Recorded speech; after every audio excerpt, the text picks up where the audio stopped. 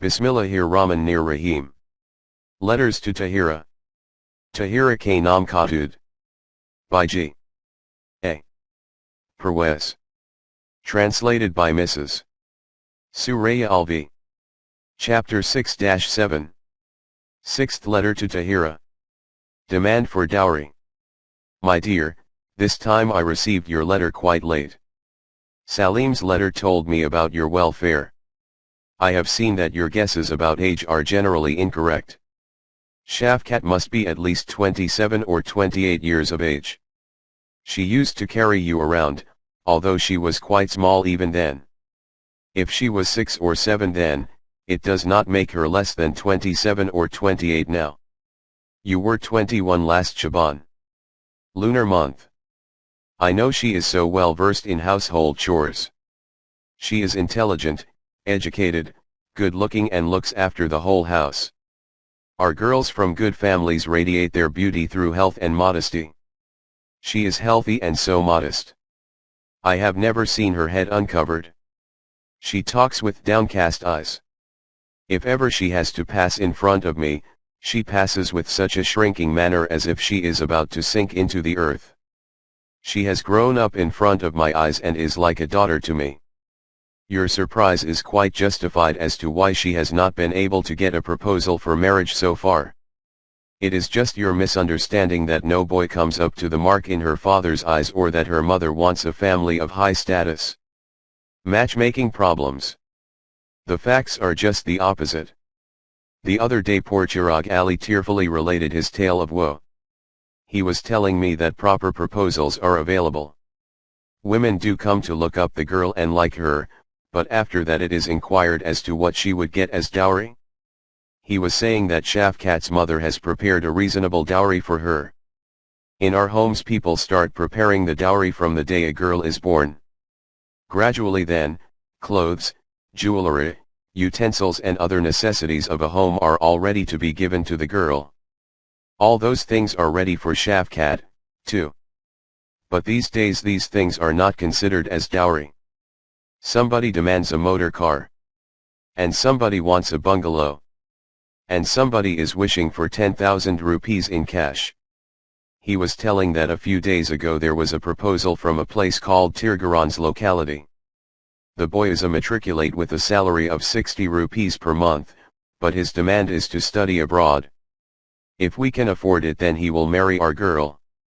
Whereas Shafkat has a bachelor degree. Shafkat's father was relating this story and was becoming beside himself with anger and grief. With a sobbing voice he said, I have foregone many conveniences, even lived hand to mouth, but I saw to it that my daughters are well brought up and gave them a good education. Now to send them off from the house you need thousands of rupees. Whatever I spent on their education, if I had been saving it, surely I would have the amount which is being demanded now. Just see how people think. If an uneducated girl brings along 10,000 rupees, then they accept it. But if the same amount has been spent on her education, then they do not value it and nobody inquires about such a girl. Her crime?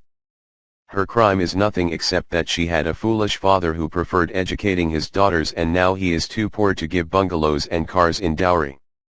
So these innocent girls have to pay the price of the crime, my dear brother. He is older than I am but he always addresses me with respect. They are love and sincerity personified. My dear Tahira, after they depart, you would not find such people even if you leave no stone unturned in search for them. There are very few people who might be knowing that brother Chirag Ali and I have merely been living in the same locality. Generally people think I am his elder brother. Demand for dowry. Brother Chirag Ali continued then. Only I and my God know how I sent off my eldest daughter Ismat from my home. Now it is Shafkat and 2 more younger daughters, also grown up. Now you tell me, at my age how do I fulfill the dowry demands? My dear brother, when I go home in the evening, the sight of these 3 grown-up girls makes my heart sink. But the thought that my moroseness may affect them adversely, I smile a fake smile in return to their greeting me. When I face the food, each morsel feels like poison going down my throat. When your sister asks about my success in this respect, I only sigh and she starts crying involuntarily. I do not have a house which I could sell or a property which I could pawn. Firstly, nobody would lend such a large amount. Secondly, even if I could borrow it, a big chunk of my salary would go towards paying the installments. Then what would be left to feed the children?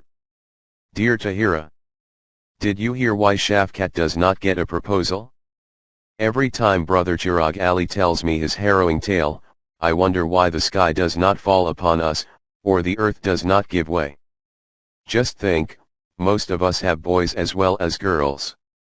Poor Chirag Ali has daughters only, he does not have a boy. But other homes do have both, boys and girls. We all demand dowry worth thousands of rupees when we want to marry our boys, never thinking that tomorrow when we have to marry off our daughters, where would we get all that money from? All of us, whether rich or poor, have to face these worries when we have to marry our daughters, but there is nobody who would forward a remedy for this universal and self-created malady. Dirty mentality. Tahira, have you ever wondered what kind of mentality produces these demands for dowry? The mentality that thinks that a woman's status anyway is inferior to man. Since a woman is inferior, when a man bestows the honor of making her his wife, he encashes this investiture, and the price is called the dowry. You did witness the bargain of Reman Kamba's cow when you went to the village. The bull's owner was not willing to exchange his bull with the cow. Reman had to pay along 50 rupees with the cow to get the bull. But our girls fare less well than a cow or buffalo. If Reman had to pay 50 rupees along with the cow, at least he got the bull.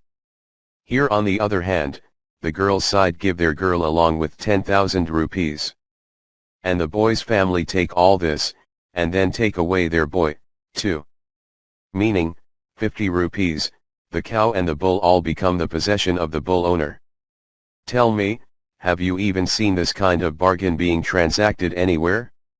Have you ever seen such useless commodity whose removal would cost you 10,000 rupees? My dear daughter, this is the status we have given to our girls. A few days ago your uncle Rizak told me about a good proposal for his daughter. Since the boy's father was no more, he would come himself to talk things over. Rizak was hesitant to talk to the boy, so he asked me to do so for him. So the boy came to our place. He was gentlemanly, educated and discerning. I liked him. The bargaining. When it came down to the transaction, he simply told me that a motor car should be a must in the dowry. I felt very angry, but the girl's side is not supposed to show it, so I asked him gently, "Mister, what is it you are asking the price of? The girl is as much educated as you are. As far as your income is concerned, it is less than a joiner. A joiner gets 6 rupees daily, which adds up to 180 rupees per month, and you are earning 150 rupees monthly. If the girl wishes to earn, then surely she can get more than you. She is sacrificing for you, and you, instead of being grateful for it, are demanding a motor car." It was so obvious he could not answer this, and was rendered speechless. However, we lost that proposal. He struck a bargain elsewhere. Woe begone, all this is happening among those who call themselves Muslims, and after proclaiming themselves Muslims, they say all praise be to Allah. They are proud of calling themselves Muslims. The Islam to which we ascribe ourselves, as I have told you in my previous letters, considers men and women equal in all aspects of life, but in respect of the marriage contract, nikah, he has given a woman a better status. He has addressed the man by saying that if you want to contract a marriage, you alone are not equal to a woman. You should add a gift to make yourself equal to a woman. This gift is called dower, meher, which equalizes the deficiency in a man's stature. Therefore the equation is like this: man plus dower, meher, equals woman. Dower, meher. Nowhere does Quran mention that woman should bring something along with her. He requires man to span this deficiency with dower, and if he has nothing to give, then he should, like Moses, work for his wife's father for 8 or 10 years. 28. 27. This is the status of woman according to the Quran. But contrary to it, dower has become a force. Some weddings reverberate with the boastful announcement of dower amounting to a lakh and a quarter. 1 lakh and 25,000 rupees. Which means you do not pay a single penny. Just make a boastful announcement. In some weddings it is announced that meher is according to the Sharia. Muslims' personal laws. Which is an amount of 32 rupees. We do not know who told them this. Dower was the value which a man presents to cover up any deficiency on his part, but now we practice quite contrary to what it was meant to be. Dower has been reduced to a mere formality, and the woman has to take something along to become a wife. This something is called dowry. For those who cannot afford it, their daughters' heads start displaying silvery streaks, while they are still at their parents' threshold. Some ill-mentioned go even beyond this. After receiving the dowry they start pestering their wives to squeeze their parents. As long as she keeps bringing something from her parents, she is kept in the house. The minute this source dries up, she is turned out of the house and kept dangling unsure of her fate. Or she is divorced altogether. The forlorn dejected girl, along with her children, seeks refuge in her father's house and the husband starts bargaining elsewhere. This happens in our society every day and there is no protest against it. Hindu custom. In India the custom of dowry started from the Hindus. They do not give anything to a girl from her father's property, so she is given something as charity. They consider it a virgin charity kanyadan. In their society woman lives on charity all her life. As a daughter she gets no share in her father's property, and neither as a wife from her husband's, nor as a mother from her son's property. Therefore her father gives her something in charity upon her wedding. This gradually became dowry, and the Muslims adopted it from there. Now Hindus have abolished this crude custom by law. But Muslims, praise be to God, are progressing in it. Dowry demands are on the rise day by day. As a result, the poor fellow who gets 3 or 4 daughters feels heavily burdened. Sensitive girls feel for their parents' predicament and start blaming themselves. This develops an inferiority complex in them, ultimately leading to various nervous disorders. When they are advanced in age they either become wayward or are driven to commit suicide. Both acts are shunned by the society. It does not feel guilty that, instead of blaming those suppressed and innocent girls, the society which creates such circumstances, should be punished. But Tahira, what is happening here is, that the one who slaughters is the beneficiary. We do not know when the rule of Quranic law would reign.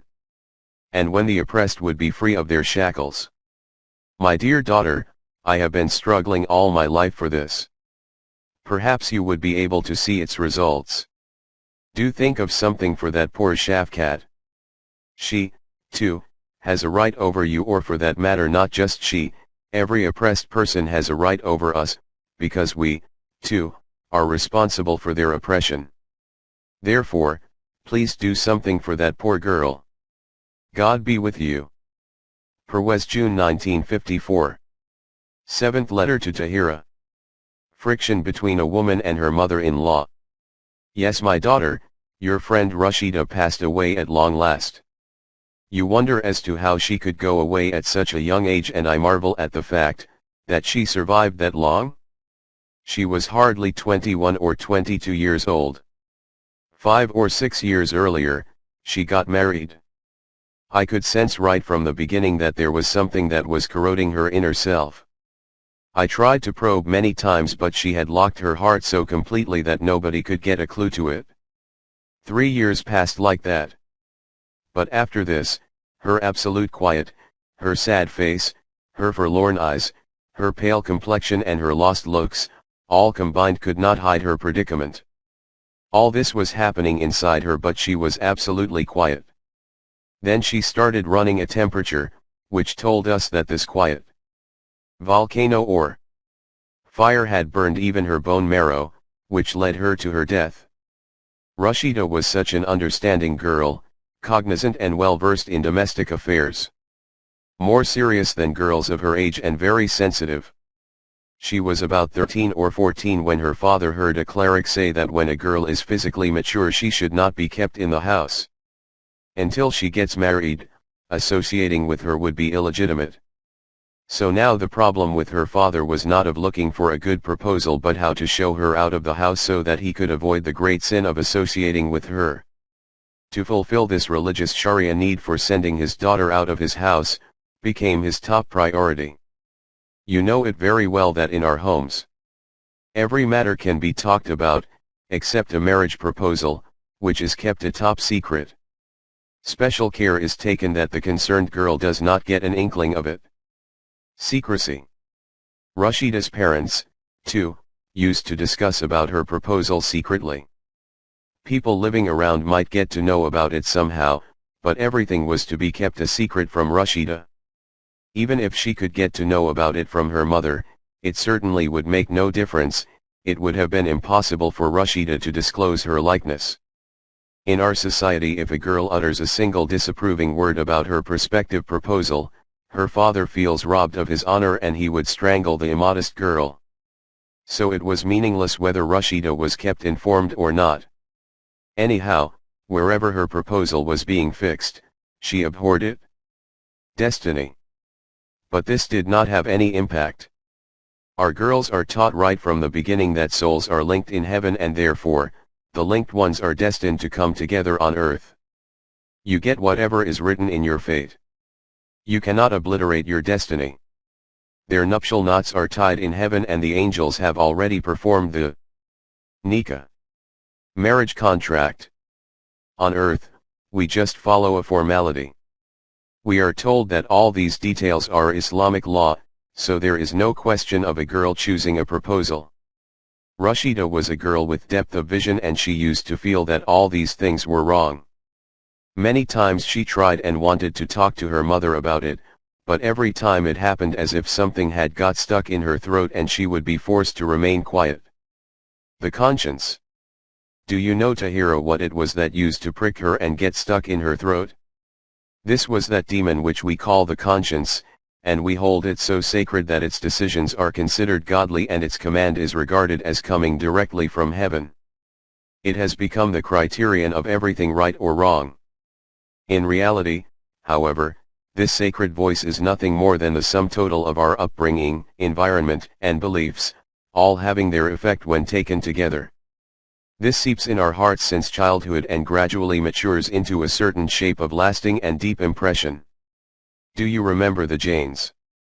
A Hindu sect. Who used to be your neighbors in Amritsar? The very mention of meat used to make them vomit, whereas your own son Javed, of the same age, used to suck at a bone the whole day. The conscience of a Jain's child would tell him that meat is a bad thing and unholy. But our Javed's conscience never pricked him for eating meat. This was that voice of conscience which used to scare Rashida like a demon. You are a girl and a Muslim girl, how could you comment on your proposal?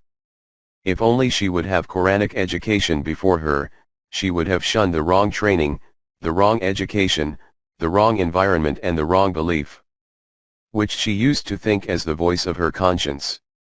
And she would have proclaimed that according to the law of God, the contract of marriage could be executed only between a consenting boy and girl.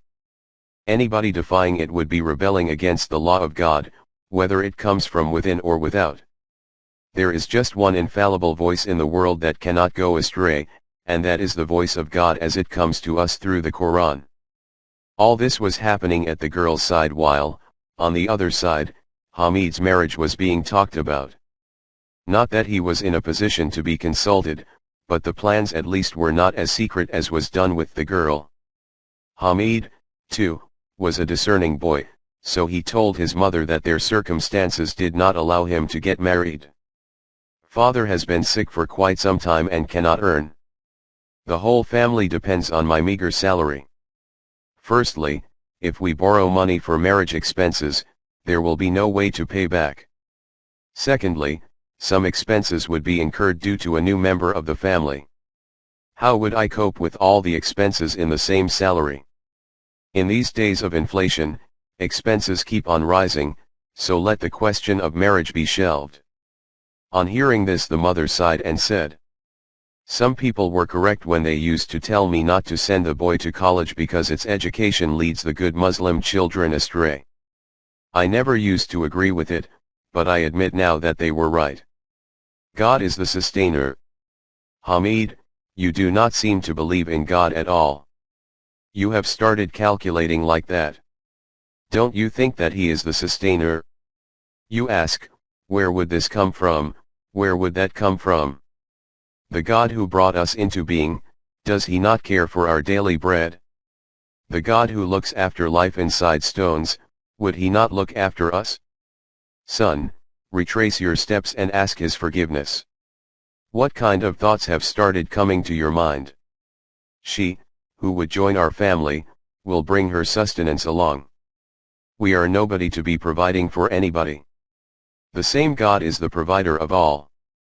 Whatever you are destined to get, you will definitely get it.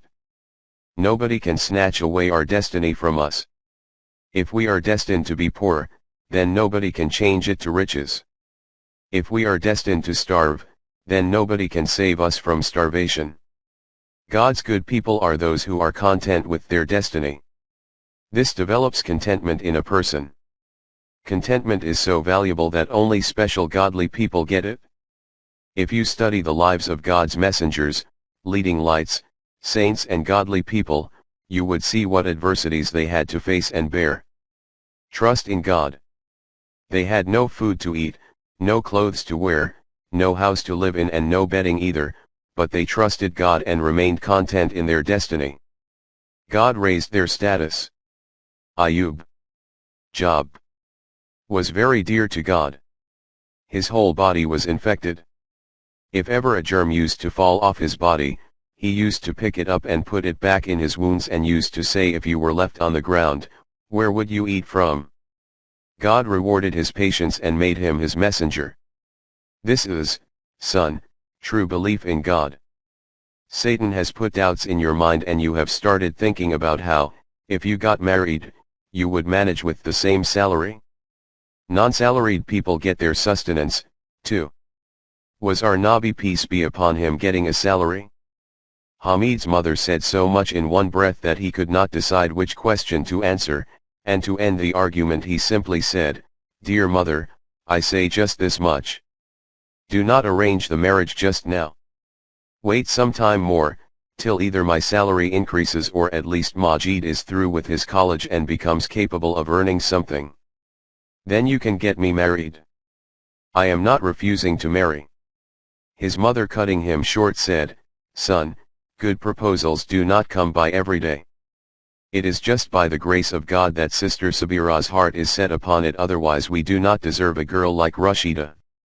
A beauty with brains, educated, intelligent and discreet. Ever since she has started managing the house, it has turned into a nice abode. Women come to see her from far off places. Could you get such a girl from anywhere? And Saint Abdusamad was saying that this girl belongs to a lucky star. So whichever house she enters, she will turn it into a heaven. I thank God a million times that my sister conceded to my request, and you are asking me to wait and not arrange the marriage. Just think, would her father like to wait for your promotion and then marry his daughter when silver starts shining on his daughter's head? Hamid was about to say something when his father entered the room panting, and asked his wife as to what the quarrel was about. When he was told, he said, dear Hamid, I only want to say one thing, and that is that my sickness has become so advanced that I do not know how long I have to live. My only and last wish is to see you married before I die. After this I shall be able to die in peace. Won't you fulfill this last wish of your old and ailing father? Hamid wanted to say something, but his father roared in anger and said, I want to say it for the last time, and this is my order. I do not want to say anything more. Obedience to parents. Meanwhile the call to prayers was heard and Hamid went to say his prayers. It was a strange coincidence that day, the priest before delivering the sermon touched upon the problem of obedience to parents. He advised that according to Islamic law Sharia it is your duty to obey your parents. Parents' status is equal to God's status. God never forgives a person who disobeys his parents. He goes straight to hell. Then he related how modern education had made today's youth rebellious and how they did not obey their parents or respect the elders. Hamid was listening to all this and was perplexed. He realized that circumstances demanded that he should not marry. His situation, knowledge, discretion, and experience all favored this decision. He could see all the disadvantages of this untimely marriage. One by one, which tallied like 2 and 2 making 4. But on the other hand he was being told that obedience to parents was a divine duty. You should never raise your voice against their decision. Just accept it without reservations. If you do not do it, then you would be committing a crime against God. Since childhood he had a strong religious hold on him, and God's will superseded the demand of the time. After saying his prayers he repented and asked for God's forgiveness for his mistake. He went straight home from the mosque and respectfully asked for his father's forgiveness. I was causing you depression. I would not mind obeying you in the least. Do whatever you want to do. I shall remain your obedient son. Mother's eyes gleamed with happiness.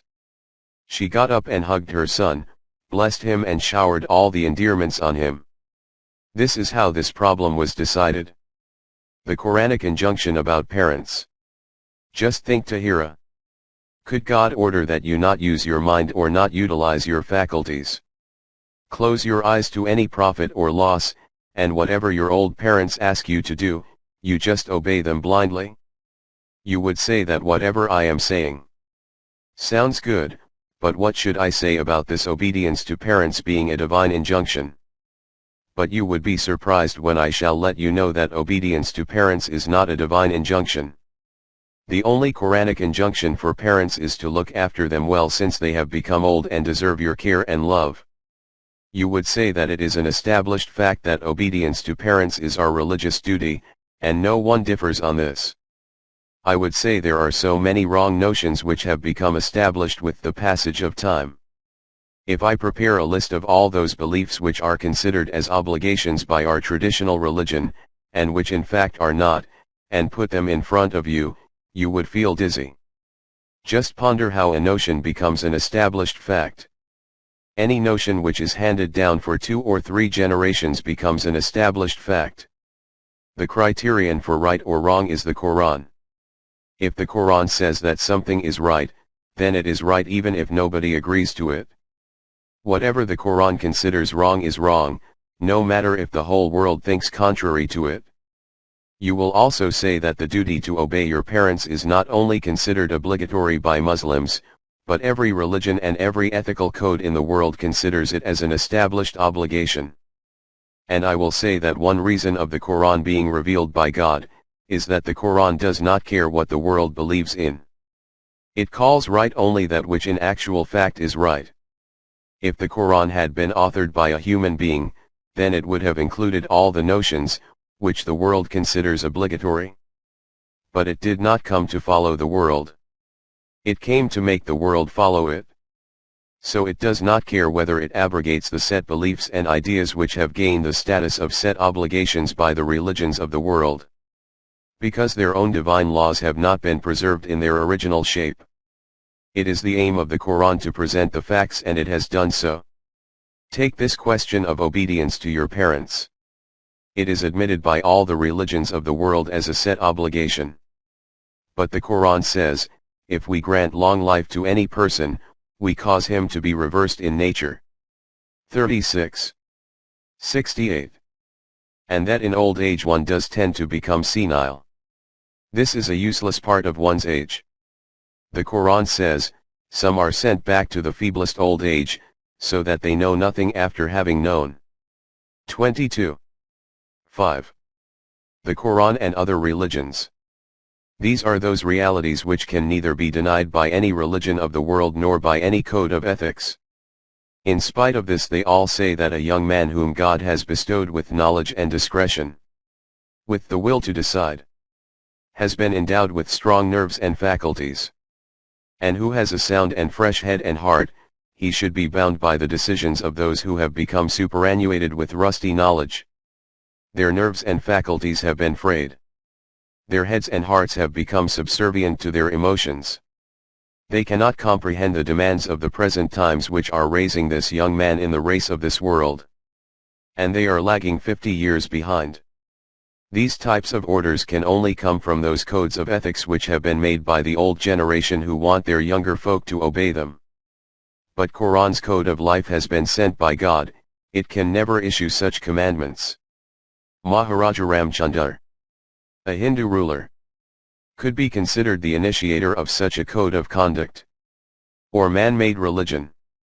He considered it his duty to obey even that order of his father, which even the father thought to be wrong, and Maharaja was forced to promulgate it. But Quran's hero is Abraham, who openly denounced his father's beliefs and practices and refused to follow them. Quran says, "There is for you an excellent example in Abraham to follow." 60. 4. But do not think the Quran is teaching you to rebel. It teaches you to obey. But obey whom? God's laws only. Nature of obedience. For this reason alone. Where on one hand Abraham is declared a hero of Islam, on the other hand Ismail his son, too, is being considered the same kind of hero for surrendering his neck to his father's knife. Why did he do so? Not because he obeyed his father, but because he thought that it was God's command. That was why he said, "O my father, do as thou art commanded." 37. 102.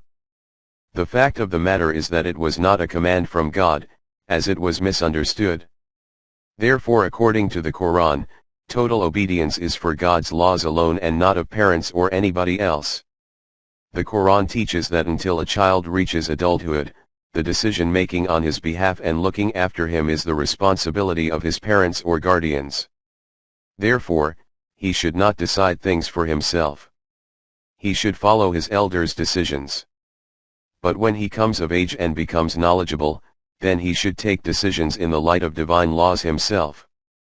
Therefore, for a knowledgeable young person, total obedience to his parents is out of the question. It is a blessing that mankind on the whole has not adhered to this code of ethics, i.e., obedience to parents, and was not feasible either. Otherwise, if whole of mankind had followed it, then the world would have been stuck at the same place where it was at the beginning. There would have been no progress in any sphere of life, because if the present had been bound by the previous generation's decisions, how would it have advanced? The old generation considers its past as the best period of mankind, and grinds its teeth if ever anybody digresses an inch this way or that way. This is the reason why every aged person's nostalgia makes him cry.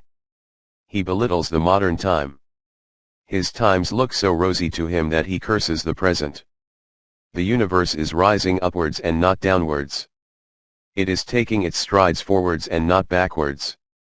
Anyway, my dear, this is the decision of the Quran about a concept that you had been thinking as an accepted reality. Now, I hope you understood how Hamid had been put upon a wrong track by the ignorance of that priest addressing the gathering in the mosque. Anyhow, this was how Hamid got married to Rashida. The first 1 or 2 months were glossy, but after this the bitterness of having taken a wrong step started surfacing its ugly head. Mother-in-law problem. In human society, the mother-in-law problem is so deep-rooted and complicated, that the human mind has yet to solve it. Whether in the East or West, the mother-in-law problem is present everywhere. In the East, since a wife is the weaker vessel, it is always the mother-in-law pestering the daughter-in-law. But in the West, where women are dominant, the poor son-in-law considers his mother-in-law a demon.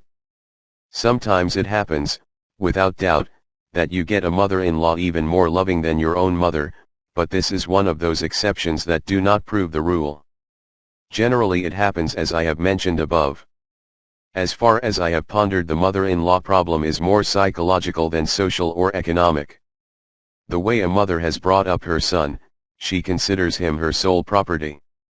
and she considers all rights reserved in her favor. She just does not want to share his love and attention. A mother nurtures all these sentiments unconsciously until her son comes of age and she starts thinking of marrying him. At that time, it does not occur to her that she herself is bringing home somebody who would become more absorbing for her son than herself. The mother. She thinks that she is getting a wife for her son, and since her son is her sole property, therefore whatever would belong to him, would automatically belong to her. The only status that she gives to the newcomer is that of a vehicle to provide her with grandsons and granddaughters. She is so absorbed in doing all this that she does not realize she is bringing in a shareholder. But after she brings the daughter-in-law home, it suddenly dawns upon her that her son is no longer under her thumb. Since the cause of all this is daughter-in-law, the mother takes her as a person who has robbed her of her dearest possession. And she is then bent upon to take revenge for her loss. Her son cannot judge the psychological change of his mother, and neither can the daughter-in-law. Since it does not occur to them that they have snatched something from her. So they keep looking for the reasons for the mother's annoyance elsewhere. And the situation keeps deteriorating for everybody.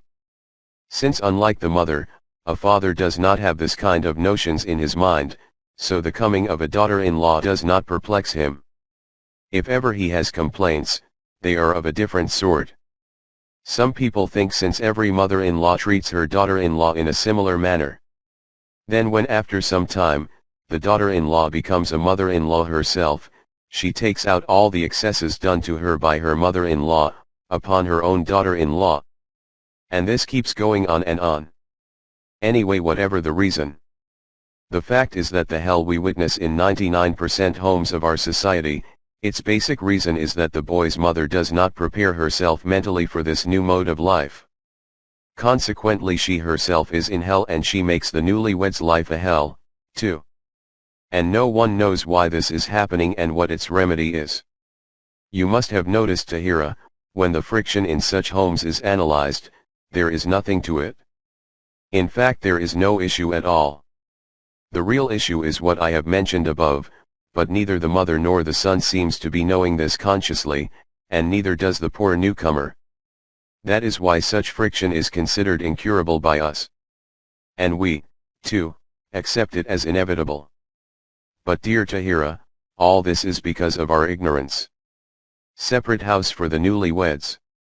Tahira, there is only one remedy, and this is that before the mother proposes, she should understand that her son is beginning a new life in which his love and attention will be transferred towards his wife. There is only goodwill left for the mother. If she understands this, then it is practical that the boy should be separated to lead his own life. He should be responsible for spending his own life, and there should be no interference. You will see that in this way the son will look after his mother, and the daughter-in-law will respect her, too. If their financial condition does not admit the burden of two separate households, then the boy should not be married off till he is capable of shouldering the responsibility of a separate household. Otherwise there is no way to save our homes from the fire of this hell. In Hamid's case, his mother had financial difficulties besides psychological problems which were apprehending him at the very start. The collective effect of marriage loans, increasing expenses at home, and the father's chronic illness took their toll, and the mother-in-law started taking it out on poor Rashida. The same Rashida who before marriage used to be praised so much as understanding, discreet, quiet, virtuous and obedient, was now somebody in whom the mother-in-law was picking holes all the time. She became an ill omen, and somebody who could not do anything good. Her stepping into this house has robbed our house of prosperity. With the same income, the house used to be flourishing, but now it looks God-forsaken. She has no manners, she cannot cook, and she cannot look after the house. Did her mother think that her daughter would never have to go to her in-laws' house, that she did not train her for it? The spoilt brat. The tussle. The minute Hamid used to go out of the house in the morning, the mother-in-law would start hurling such brickbats of sarcasm till the evening. Rashida tried her utmost to please her mother-in-law, but all in vain. Her mother-in-law was hell-bent on pulling her down. Rashida used to bear all this stoically. She did not even mention it to Hamid. When the mother-in-law noticed that Hamid was not checking his wife, she started complaining about Rashida to Hamid. This way the hell that Rashida was going through engulfed Hamid, too. As if financial constraints were not enough for him, he was plunged into a new predicament. This entanglement was quite queer. He was a discreet boy who could judge a situation and reach a conclusion. He could see that Rashida was absolutely innocent and that his mother was entirely to be blamed. But because of deep-rooted concept of respect and grandeur of his parents and the sermons he had heard about obeying them, he could not dare to accuse his mother, and take sides with his wife. All this was causing a tremendous psychological turmoil for him, but he could not avoid it. His wife's exploitation, parents' obedience, and his own helplessness were feelings which were gnawing at his heart. He knew the only solution to this predicament was to separate from his parents, but his financial helplessness was making it impossible. When once or twice he expressed such a desire, his mother beat her own head and threatened him with committing suicide by jumping into a well, if ever he thought of separating from her. All these problems started telling upon Hamid's health. It was affecting Rashida more than Hamid. She was bearing the yoke herself, but when she saw that her husband, too, was being affected, this was more than she could bear. She was being corroded inwardly and was drying up. In the same state of health, she gave birth to her first child. It is so obvious that if a child's mother's health is deteriorating, the child would bring some diseases or susceptibilities to them along with him. Rashida was not keeping well and, on top of this, the poverty did not allow her to care for the child. It was probable that Hamid's mother would have borrowed some money for the caring of her son's first male child, but woe betide, it was a daughter. The bad news distorted her vision and she called the child her ill-omened daughter-in-law's ill-omened daughter. Who would have looked after her? She survived somehow for 3 months, and then passed away leaving an indelible mark on her mother to mourn. Conclusion. After this, Rashida's condition deteriorated day by day. She contracted tuberculosis. The division of the subcontinent had made his parents so poor that they could not afford her treatment, and one day, she finally gave up the struggle. Tahira, this is the heart-rending story of your childhood friend. It is not just her story, it is the story of your society. We do not know how many Rashidas are scarified every day. Firstly, we do not know the inner story of a house, and secondly, if we do get to know, then it is only that so-and-so's daughter, or so-and-so's daughter-in-law died today. Other than that, nobody would know how she died. The advice. One never knows, Tahira, that when your son Javed grows up and you will be worrying about his marriage, whether I would be there or not. But you must remember my 2 or 3 points. If you act upon them you will be happy, and so would Javed and his wife. Firstly, think of marrying Javed when he is fully financially capable of shouldering his responsibilities. If ever, God forbid, he has to help his parents financially, he should be able to do so easily. Secondly, keep fully in mind that after his marriage he would be attending mostly to his wife and not you. You should only expect goodwill from him. Right after marriage, arrange for their living separately and you should interfere the least. Whatever interference you feel is necessary, should be given as a suggestion. And if they reject that suggestion, do not mind. After this you will see how Javed respects you and how you are revered by your daughter-in-law. I am writing all this and laughing inwardly. I know today you like what I say and adhere to each and every word of it by saying that is how it should be, because you are the daughter-in-law and somebody else is your mother-in-law. But you may not remember a thing about what I have said when you are the mother-in-law and somebody else is your daughter-in-law. Life is a queer cycle. But we have made it like this. The Creator of the world did not make it for us. He creates all humans the same, we make mothers-in-law and daughters-in-law. After this, the mother-in-law and the daughter-in-law remain and humanity leaves them. But come what may, God's laws keep humanity intact. They never let it decay. Rather they keep on raising it higher and higher. Hence whether you are a mother-in-law or a daughter-in-law, do not forget the humanity in you or the other person. In God's sight all humans are worthy of respect. The Quran says, "Verily, we have honored the sons of Adam." 17:70. A person who keeps this truth always in mind, is a Muslim. My blessings for Javed and God be with you. Parwez, January 8, 1954. Talu Islam Trust. 25B, Gulberg 2. Lahore, Pakistan. taluiislam@gmail.com